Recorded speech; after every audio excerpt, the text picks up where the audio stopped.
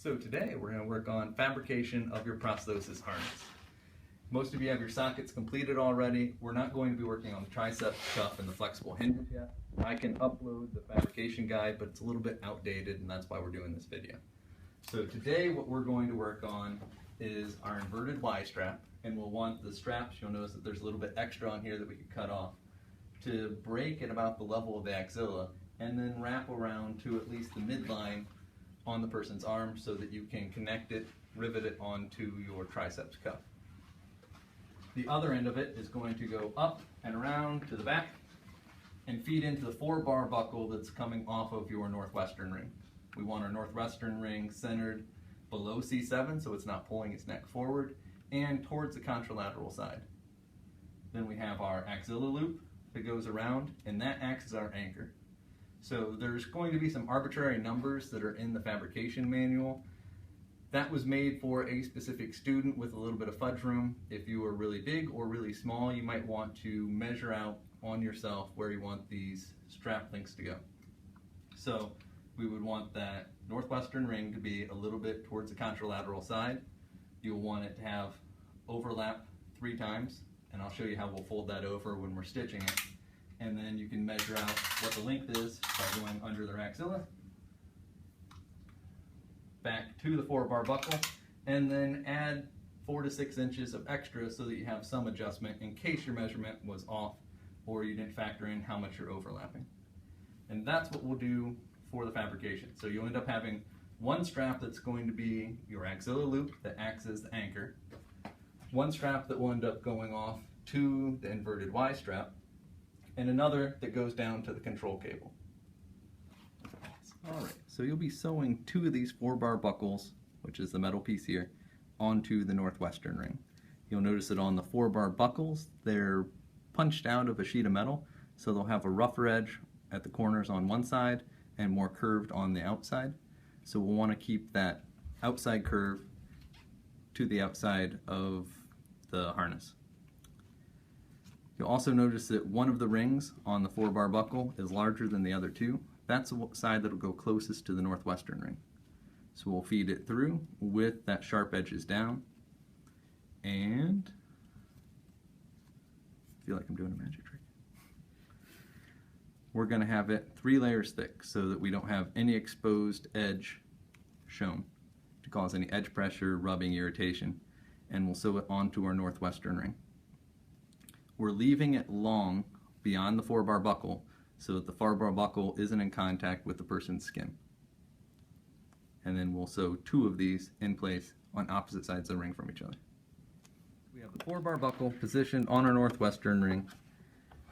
Next thing you'll do is put the foot lever back, the presser foot down, and then when you start sewing, it's important that you hold on to the ends of the thread for the first few stitches. And that'll help keep the tension balanced until the stitches are able to hold it themselves. So you can start that by turning the hand crank on the other side towards you to begin the stitching process. Once you have a few stitches in, then you can use the foot pedal. And we'll be doing this design, so a box with an X in the middle, and that makes for a very, very strong stitch.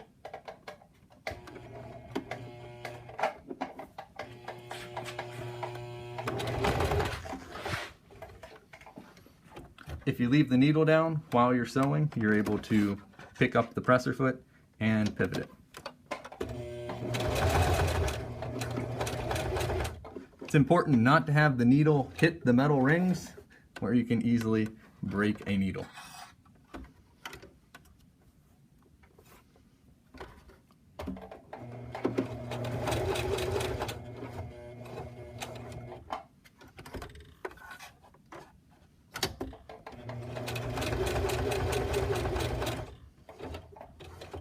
Now I'm just matching up that side stitch with the first line that I did, and now I'll go back and sew diagonally.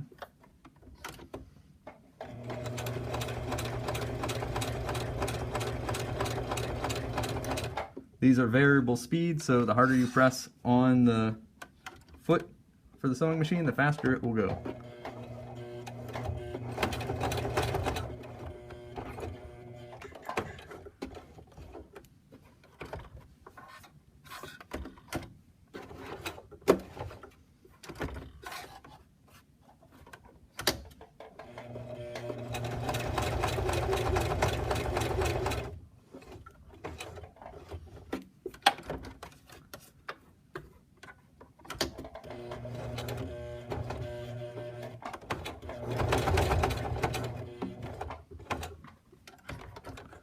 So pull off, leaving a little bit of slack or threads for the next time to hold on to.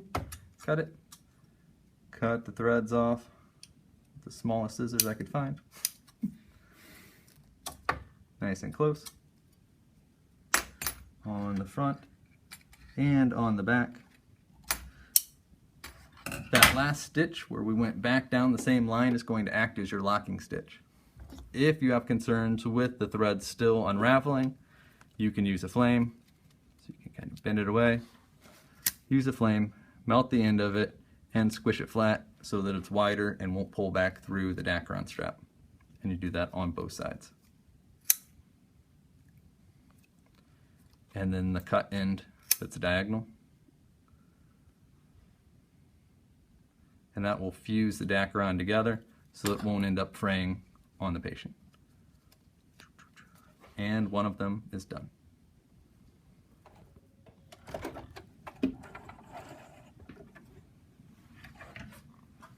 It also has a little cutter on the side of the sewing machine, so you can cut it off that way.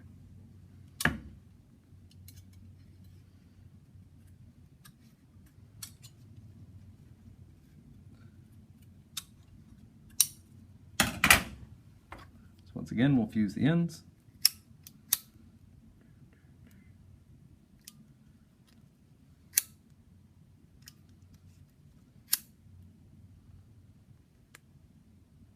All right, so what I'm looking for when I'm doing that box stitch is that I want my line that started and ended to overlap as close as possible, and I'm trying to get my diagonals to go all the way down to the corner and meet up, and then sew straight lines. But that's more aesthetics than function. Either way, this is incredibly strong. If you have problems and there's some issue where the tensions are off or something happened, the easiest way to cut these apart is if you have a sharp knife and you peel them apart and you just start letting the blade go down in between the layers of Dacron. If you keep it spliced right in the middle between it, it'll cut the threads without cutting the Dacron, and you can peel this apart, pick all the fuzz out, reuse that same strap, and resew it. When we're sewing on the control strap, which just has to be between the two 4 bars that you've already sewed on, we know we want that northwestern ring to be towards the contralateral side. I've threaded my tape measure through the 4 bar, approximately where I want it. It's going to go over towards the patient's tricep and then fold back to the 4 bar. And then we need to feed it through the 4 bar. Have enough slack in the system that we can weave it back through the 4 bar. And that gives us about 36 inches. So on the PowerPoint that you'll get, it said 34 inches, but depending on the patient size, we can alter that. And we can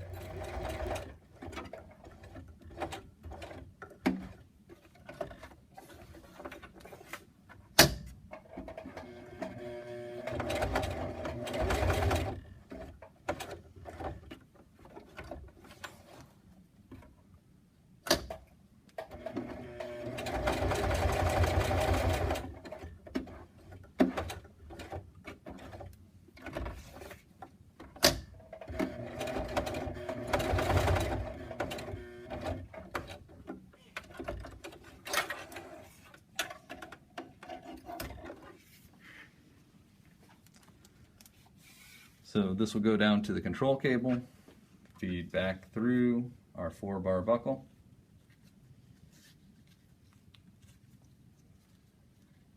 And then if you wanted to lock that 4 bar buckle down, you would put it back through the strap.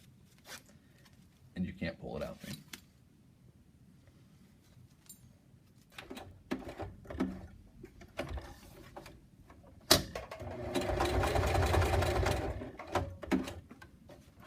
If you get this lined up the direction you want to go, the feed dogs on it will keep pulling it that direction. So it's almost like when you're learning how to drive, what a lot of people will do is they'll constantly change the direction of the steering wheel. You can do that while you're sewing too.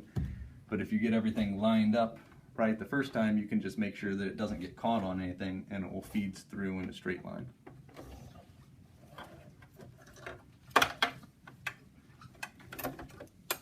So we have all of our 4-bar buckles are on the top, all the extra flaps are on the bottom so that the metal is in contact with the patient.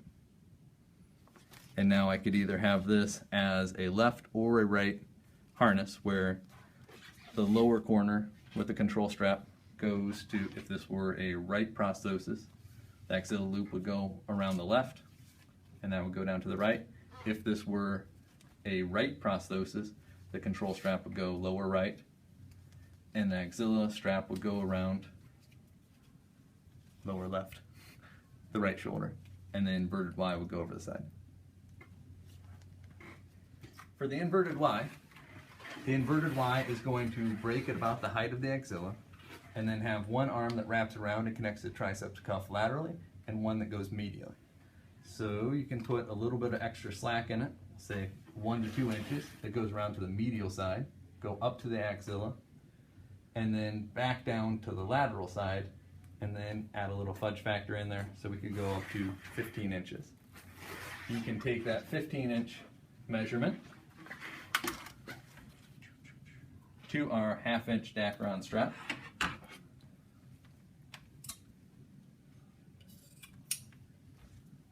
And instead of having two 7.5-inch pieces, we have the one 15-inch piece.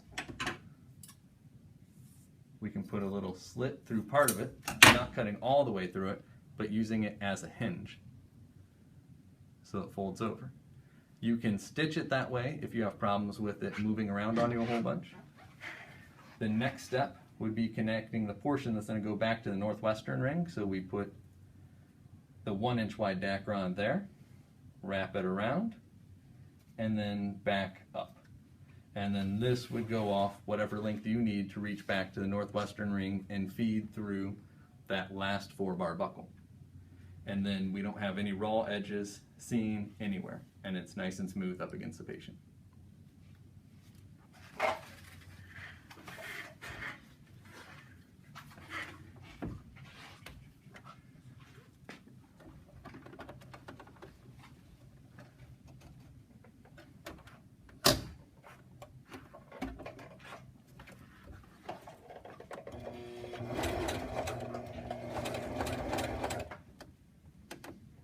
Needle down, foot up, pivot, foot down, hold everything back in place,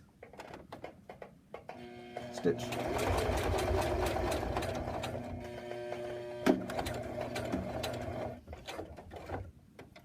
Needle down, foot up, pivot, foot down, stitch.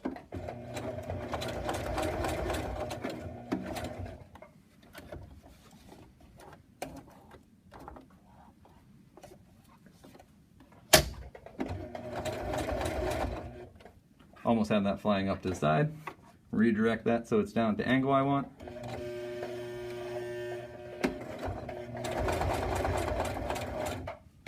And now they should be locked in place.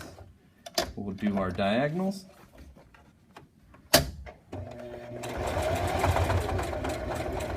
Which is going through really thick material, so we have 3 layers of Dacron there.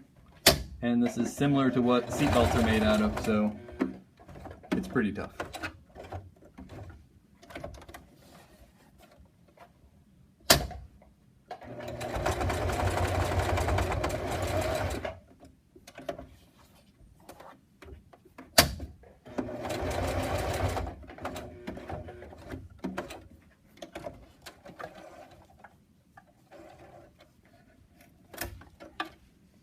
Fuse the ends of the threads. Now I have my inverted Y, and I'll cut off how long I need to go back to the 4-bar buckle and then loop back and forth through the 4-bar buckle.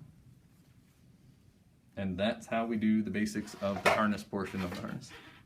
Next step would be working on the triceps cuff and then connecting the flexible hinges.